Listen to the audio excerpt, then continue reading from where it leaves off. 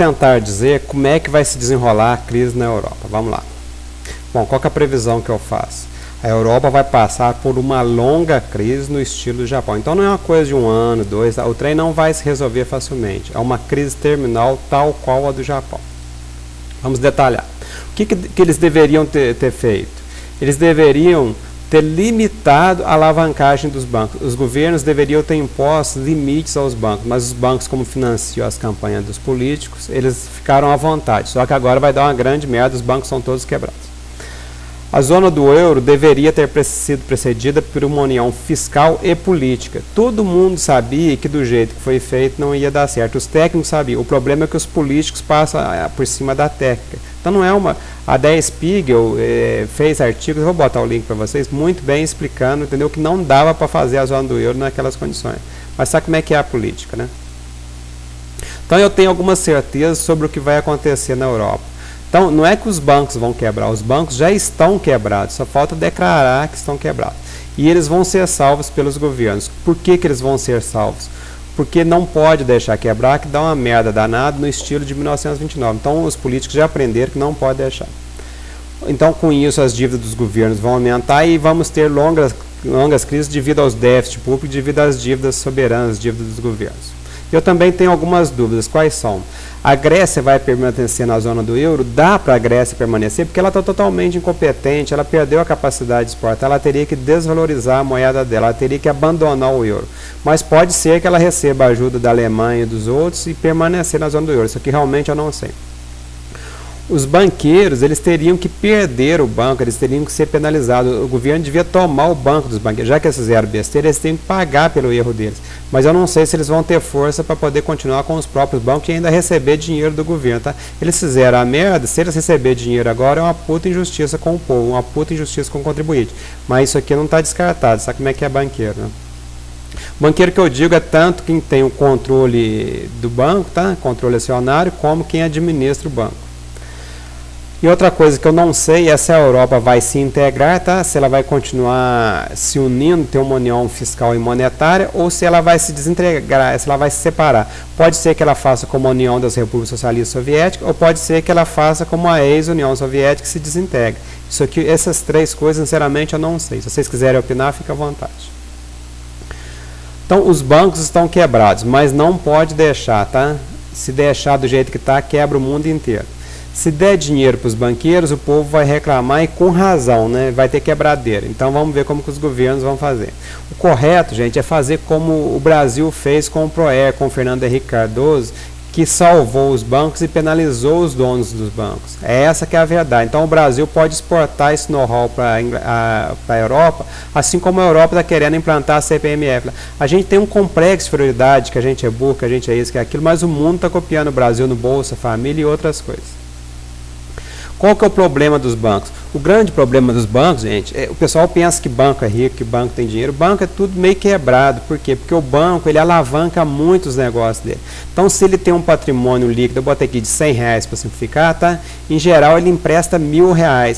Então, se 10% das pessoas não pagam, o banco está quebrado. Mas só que essa alavancagem de 10, na verdade, é muito superior lá na Europa. Aqui no Brasil está em torno de 10. Então, eu peguei esse exemplo para simplificar a conta. Mas vocês imaginam que um banco que tenha R$100, ele tem um prejuízo de 10. Que tenha patrimônio líquido de 100, tá, tem um prejuízo de 10. O que acontece com isso? O banco vai ter um novo patrimônio líquido de 90. Só que como ele pode emprestar 10 vezes o patrimônio líquido dele, existe uma norma, está impedindo a alavancagem excessiva, então ele só vai poder emprestar 900 no novo cenário. Então ele vai ter que parar de emprestar e pegar de volta 100. Então essa contração dos empréstimos é que faz com que a economia toda, a economia real, seja atingida pela crise bancária. Então o banco não precisa quebrar para poder atingir a economia real. Basta que ele sofra um pequeno prejuízo. Já dá uma merda desgraçada. É por isso que está todo mundo falando que os bancos precisam ser capitalizados, senão não tem jeito. Trouxe aqui para vocês uma relação de bancos do Brasil e dos Estados Unidos. Isso aqui, ó, eu peguei lá na Exame, tá? Então, os 3 bancos que estão com valor de mercado vezes valor do patrimônio líquido, tá? Então, o valor de mercado dos bancos brasileiros está excelente. Ó, da América Latina e dos Estados Unidos, os 3 maiores, o Bradesco, tá, o Unibanco, o Banco do Brasil, isso aqui os particulares, tá? O Santander Internacional já está piorzinho, então, o resto tudo aqui do americano, está tudo baixo. Dos Estados Unidos, olha só, tem bancos piores ainda. Então, os bancos brasileiros estão muito bem e os bancos estrangeiros estão muito mal. Aqui tem a alavancagem do Brasil, tá em 9,7. O sistema financeiro nacional está bem capitalizado, com nível adequado de provisão e baixo índice de alavancagem. Então, isso aqui seria o que Basileia pede, tá? Isso aqui é o que o Banco Central do Brasil pede, e os bancos brasileiros estão todos acima do que é exigido. Essa que é a verdade. Então, os bancos brasileiros estão muito bem. Aqui nós temos o Dow Jones corrigido pelas exportações mundiais. Por que eu trouxe? Isso aqui, gente, é a época do crescimento das coisas nos Estados Unidos. Então, aqui em 97, nessa subida aqui, o Alan Greenspan avisou que estava tendo uma exuberância irracional. Só que ele não fez nada e o trem subiu mais ainda. Então, nota que ele subiu de 7 mil para 35 mil pontos, já corrigido, tá? Então, ele subiu 5 vezes. É muita coisa, e é essa que é a bolha americana. E depois que estourou a bolha das ações lá, ele está caindo. Aqui, ó, em 2009, teve uma queda forte, tá? Recuperou, mas vocês vejam que a tendência é de uma queda forte ao longo do tempo. Então, não adianta que os Estados Unidos não é uma crise isolada, essa de 2011, de 2008, faz tudo, é parte do contexto da decadência do Império Americano. Então, é uma crise parecida com a do Japão. E assim também a da Europa, tá? Eu não tenho os índices de ações de lá, mas vocês podem puxar que vai dar mais ou menos isso. É uma crise dos países ricos, é uma crise terminal. Mas vocês podem notar também que o Brasil não está com esse sentido de queda desde 2000, está muito pelo contrário, ele está com tendência de alta, mesmo corrigido pelas exportações mundiais. Apesar dessas variações, a gente tira uma média, tá? Essa linha preta, então está com a tendência de alta desde 1982, ao contrário dos Estados Unidos, que subiu e depois desceu. Então o Brasil é bem diferente. Eu peguei aqui também o Ibovespa corrigido pelo IGP, tá? Em escala logarítmica. Você pode olhar tanto a linha de mínimo quanto a linha de máximo, todas as duas estão com tendência de alta, ao contrário da americana, que está caindo a partir de 2000. Na Europa, há grandes diferenças. Há países que estão muito bem, como a Alemanha, aqueles países mais do norte, e outros países estão ruins. A Islândia, ela fez grande déficit, tá? Ela foi estimulada por alguns países a tomar empréstimo e pegou. Só que o que ela fez? Ela deu um calote, então ela está com uma crise praticamente vencida. A Grécia, pelo contrário, está fodida e mal paga. O trem lá está muito feio. Todo o número que eu olho lá está negativo, está ruim. É uma coisa interessante. Eu nunca vi um país tão mal assim.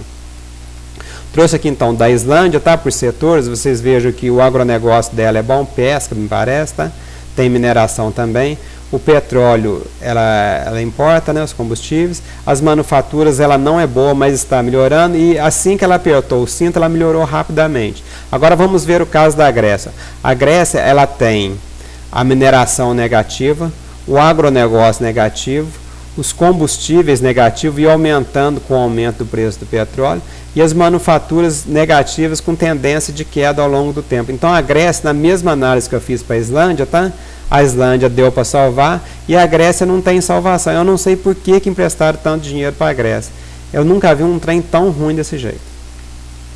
Qual que é a conclusão que a gente chega então? O problema da Europa é mais a falta de uma união política e fiscal do que um problema como um todo. Se você analisar a Europa como um todo, até que ela está bem. O problema é as partes, que não são várias cabeças, uma brigando com a outra. É aquele bicho de 7 cabeças. Falou, moçada?